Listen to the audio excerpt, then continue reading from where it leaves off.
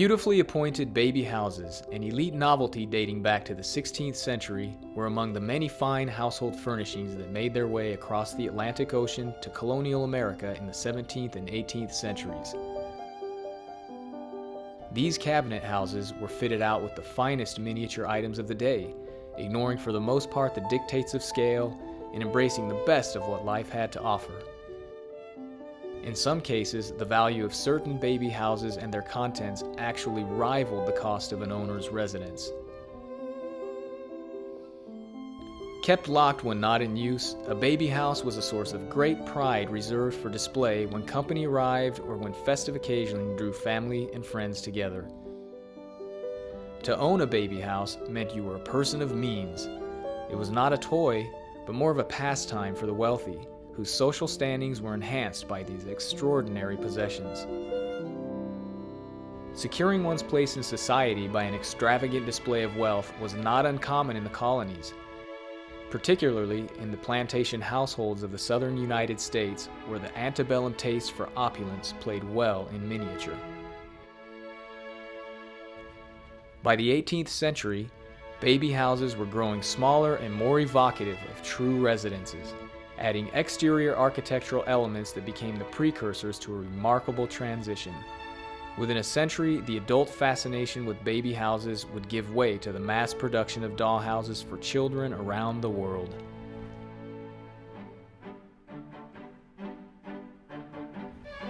The Industrial Revolution took hold first in the northern states, elevating manufacturing as a driving force of the U.S. economy.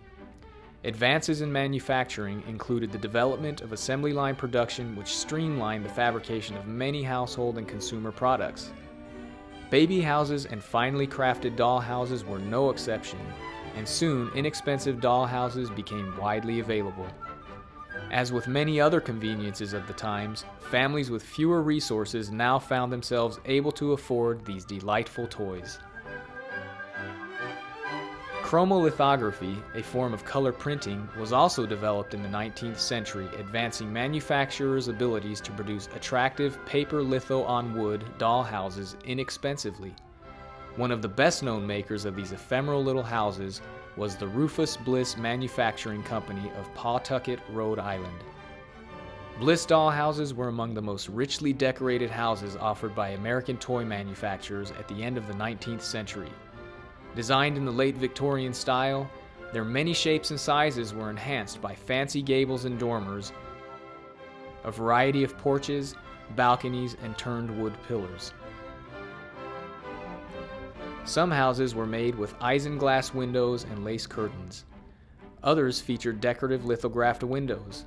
The fronts or sides of each house were hinged to open for easy access to the rooms. The interiors were carefully decorated with lithographed wallpapers, floor coverings, windows, and doors, while exteriors were covered with lithographed paper of varied colors and designs.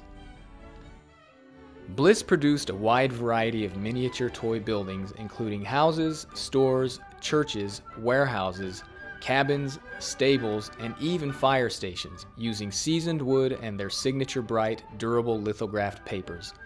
They developed a line of folding dollhouses for people living in close quarters, which could be taken apart in less than 1 minute and packed in 1/4 the space of a corresponding size regular dollhouse.